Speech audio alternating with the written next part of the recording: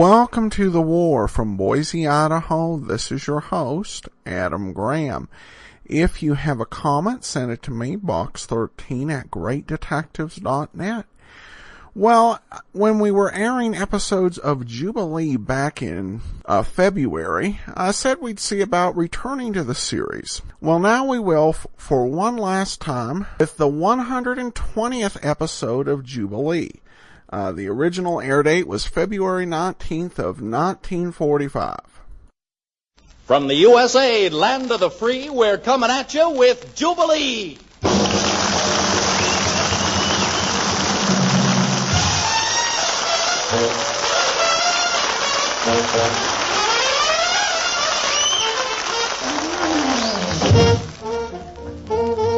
Men, our jar of jam is full of surprises tonight, and all I'm going to tell you is that our guest register reads like a who's who of the hot.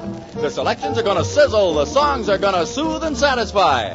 But right now, here's your master of ceremonies, every ounce a friend, and man, that's a lot of friend, Ernest Bubbles Whitman.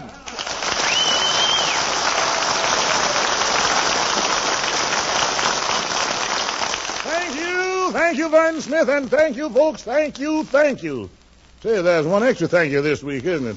Anyway, welcome to Jubilee, where our thoughts for tonight is, meet me in the roundhouse, Nellie. There ain't no squares in there. Then you're about to have your transom trimmed, your latches lubricated, and your roots booted. And the barber that's going to do the singe work is Billy Eckstein.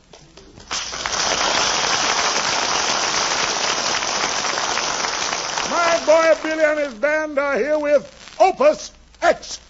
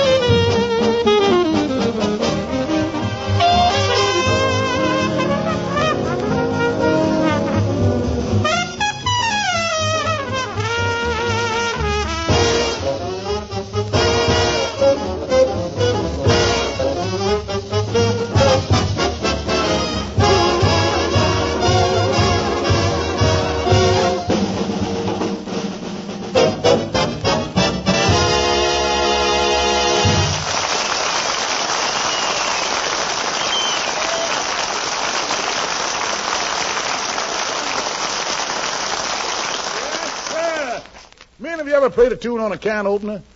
Have you ever heard potent pens on a pickle fork? Well, you're about to latch on to four cats who buy the musical instruments at a hardware store. They're respectfully referred to as the Carnegie Hall of the Corn Belt. Direct from many sets of sevens on the National Barn Dance, here's Hazzy complete with the Hoosier Hot Shots. Yeah!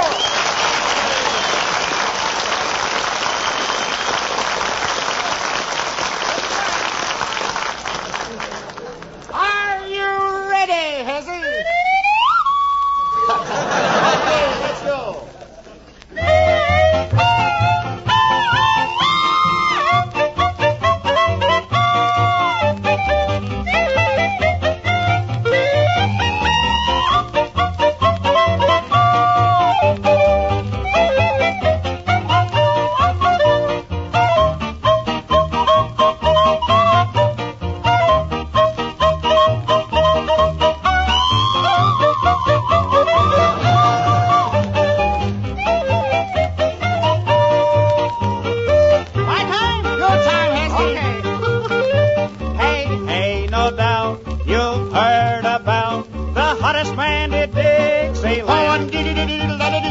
I'll say he's hot, he's got just what it takes to make a lady's man.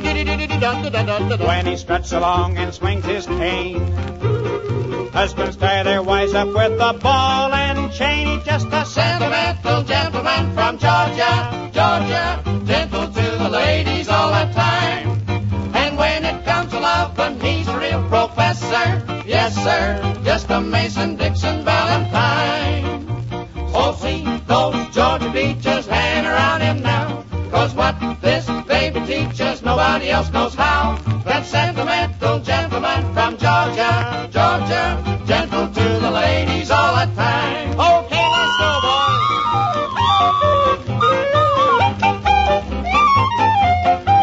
Come on, Hazard.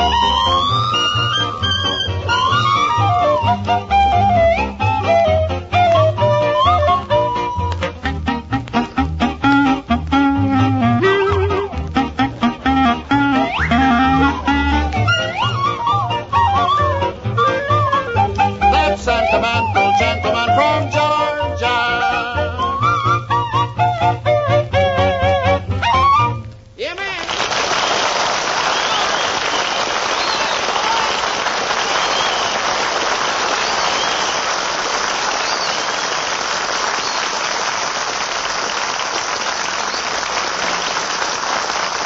Boys, we're sure glad we found you in our grab bag. And now here comes a loot toot of whom there is just any other like. When he picks up his boat pipe and starts blowing, meadowlarks hide their little heads in shame. Nightingales take the night search and try to strangle themselves. And canaries beat themselves 8 to the cage. About whom am I flapping my jowls? You guessed it, Coleman Hawkins.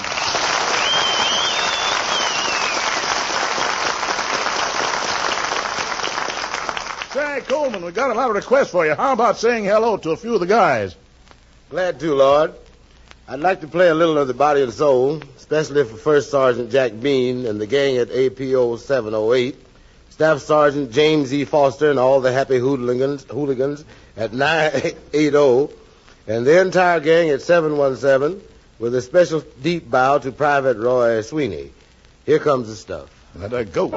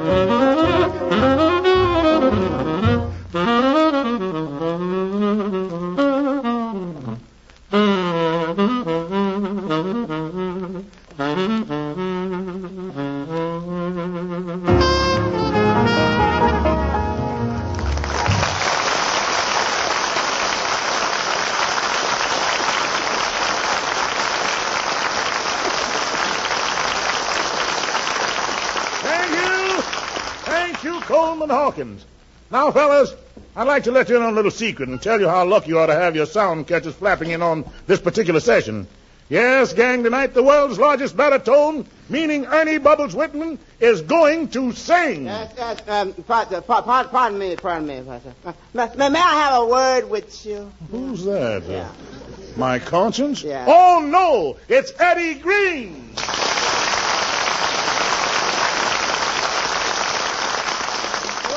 Well, Eddie, what brings you to these vibrating halls of high and hot? That's because I'm feeling low and cold.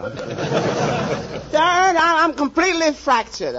Why so dejected, Brother Green? Briefly, my mother-in-law is in town.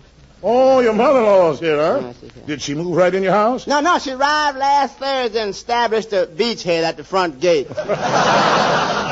Oh, I see. Yeah, I couldn't hold her there. No? Couldn't hold her. And I fell back and she stormed the house. She sounds like a tough customer. Tough? Oh, man. Ernie, she's 210 pounds of solid commando. 210 pounds? Yes, sir. Your mother-in-law must be something to feed. I'll bet she's got some appetite. Appetite? Oh, man, she handles a knife and fork the same way a CB do a bulldozer. But, Eddie, as long as you've got her, you might as well make the best of it. Yeah, make the best. Were you prepared for a visit? Yeah. You know that big dog of mine, the dog?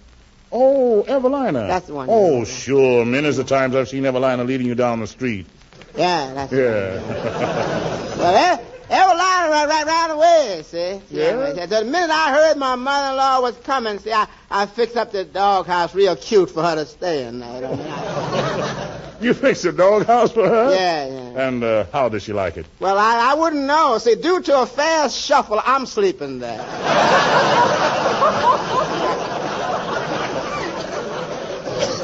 Well, now, that's not so bad. Well, it ain't good. No, especially if your dog is gone. Yeah, but she ain't gone. Evelina ain't gone no more. No? Oh, no, man. At 2:30 this a.m., she come home. 2:30 a.m. 2:30 a.m. Did she wake you up? Well, sort of. At 2:32, Evelina had pups. Uh-oh. Oh, I see. Yeah. Calling Dr. Gillespie. There's only one thing for you to do, Eddie.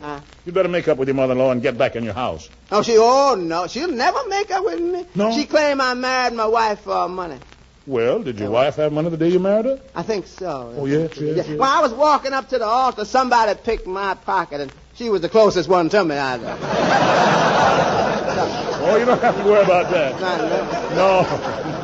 That happens to me every payday. No, it don't. Yeah. Say, Eddie, how long have you been married anyhow? I can't remember exactly, but I don't know. I had combat fatigue 18 times.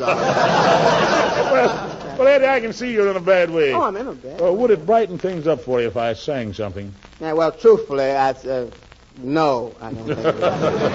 I tell you what. How about you helping me with a number? That ought to take your mind off your troubles. All right. What's the song? What's the song? One meatball. One little meatball between me and you? That's right. Let's try it.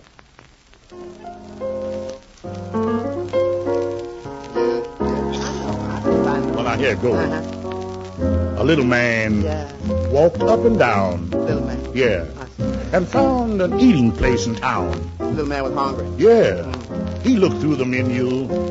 He looked it through and through. Could read that one. Well, he wanted to find out what 15 cents could do. Did he find it? Yes, he hollered, one meatball. Told that to the waiter. Yeah.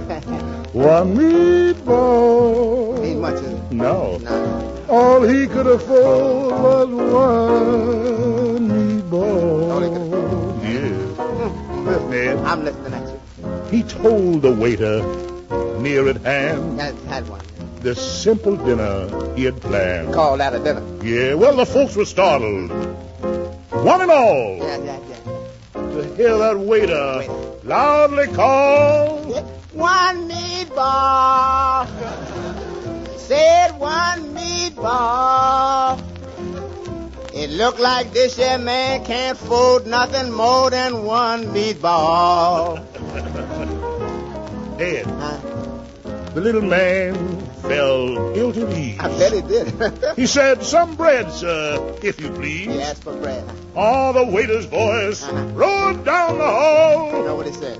Can you get no bread with one meatball? One meatball.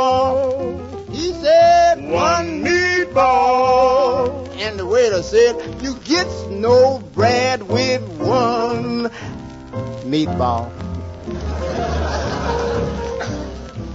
The little man felt very bad. Oh, he had to. He couldn't have. But one meatball was all he had. And ain't much neither. Now, in his dreams, he hears that call. I know. You get no bread with one meatball. Said One meatball.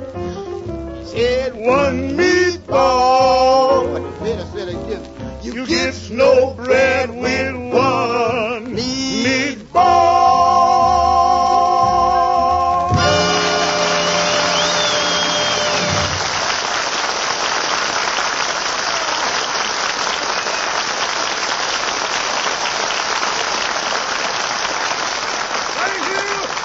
Thank you, Eddie Green, and thank you, Ernie Whitman.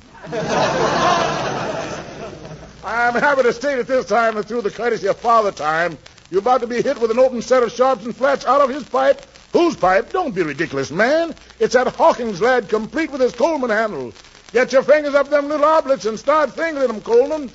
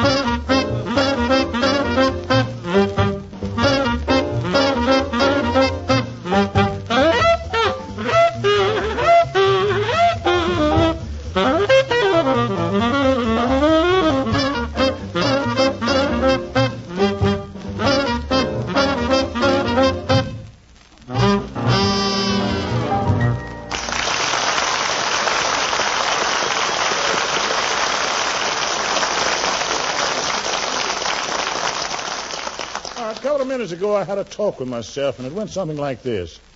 I said, Ernie, how are you? Fine, thanks, I say to myself. Then I says, Ern, did the Hoosier Hotshots take a powder? No, I answers myself. They're standing right there at the microphone. Standing there, I says. Well, as long as they're standing, why aren't they playing?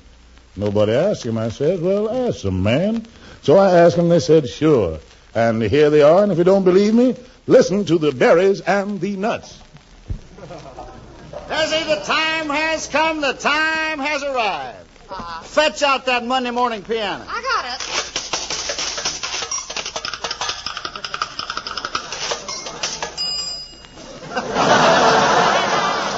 Yeah, I think he's ready. All round to go. So here we go. Oh, the nuts, they think they're the berries. And the berries, they think that they're the nuts.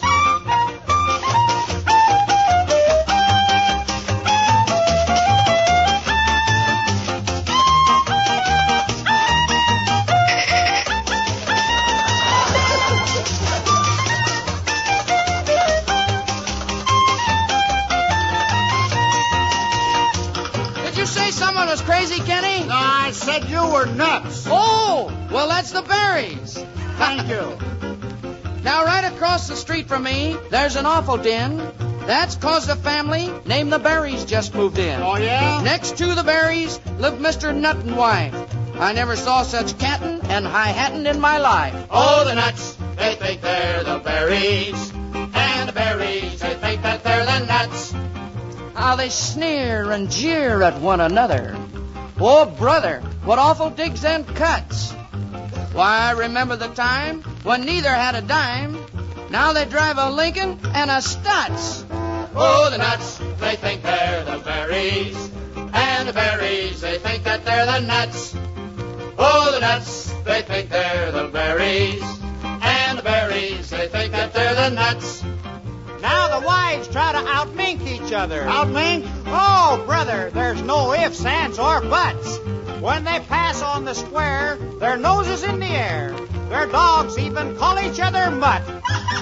Oh, the nuts, they think they're the berries. And the berries, they think that they're the nuts. So here's a motto, folks, to remember rich or broke. It will keep you from falling in the ruts. Never get to thinking you're the berries, or the whole world will think that you are nuts.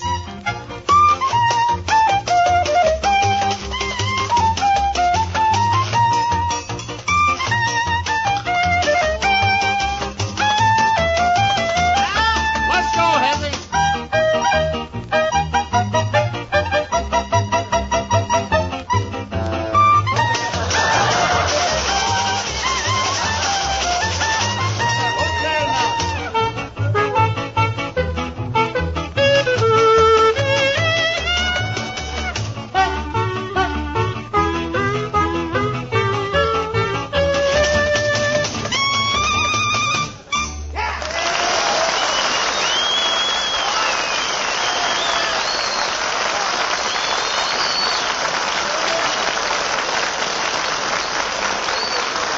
Now, gang, for PFC Johnny Nolan, APO 640, Robert E. Lee, Stewart 2C, Navy 230, Corporal Rufus Simons at 929, and Staff Sergeant James L. Jackson at 228.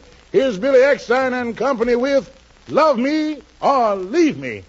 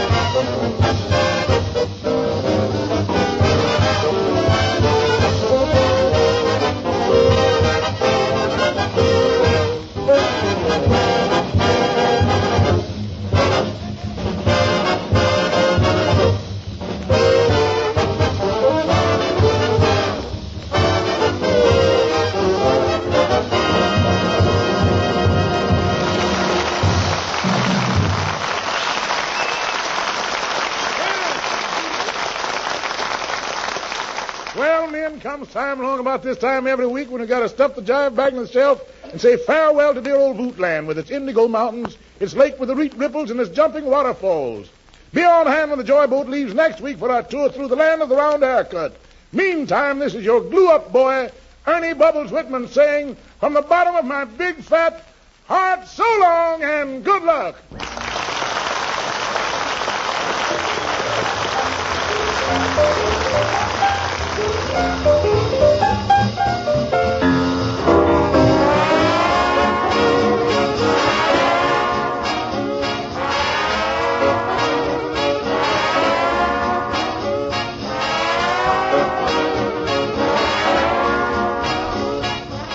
This is the Armed Forces Radio Service.